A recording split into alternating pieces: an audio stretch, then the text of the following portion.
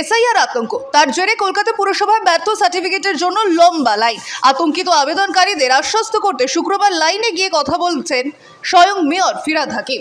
দলের সর্বভারতীয় সাধারণ সম্পাদক অভিষেক বন্দ্যোপাধ্যায়ের সঙ্গে ভার্চুয়াল বৈঠকেও এই ঘটনার উল্লেখ করেন মেয়র।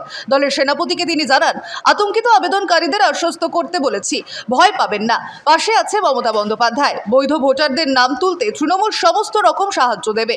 ভোটার পরিচয়পত্রের জন্য যে 11টি বিষয় উল্লেখ করা হয়েছে তার একটি জন্মের শংসাপত্র।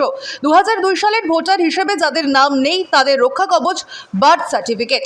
ঘটনা হলো, প্রায় সব কাজ ফেলে শুধুমাত্র জন্মের শংসাপত্র সংগ্রহ করতে কলকাতা পুরসভায় গত দুদিন ধরে দীর্ঘ লাইন। সকাল থেকে পুরসভার কেন্দ্রীয় ভবনে হাজির হয়েছেন সদ্য 40 বা তার বেশি বয়সী আমজনতা। কারোর বাড়ি উত্তর কলকাতায়, কারোর বাড়ি মুর্শিদাবাদে। লালগোলা থেকে কলকাতায় এসেছেন আনিসুর রহমান, হাতে এক টুকরো কাগজ। ইডেন হাসপাতালের নাম, শিশুর নাম ও জন্ম তারিখ বোঝা যাচ্ছে, কিন্তু স্ট্যাম্প অস্পষ্ট। সকাল 8টা থেকে পুরসভার 6 নম্বর গেটে লাইন দিয়েছেন। মেয়র বলেন, জন্ম সার্টিফিকেট নেবার হিড়িক পড়েছে, অযথা ভয় পাওয়ার কিছু নেই।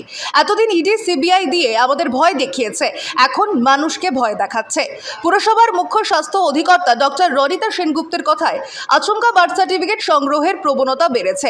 পুরসভার বর্তমান পরিকাঠামোয় গড়ে রোজ 450টি বার্থ সার্টিফিকেট ইস্যু করার ক্ষমতা আছে।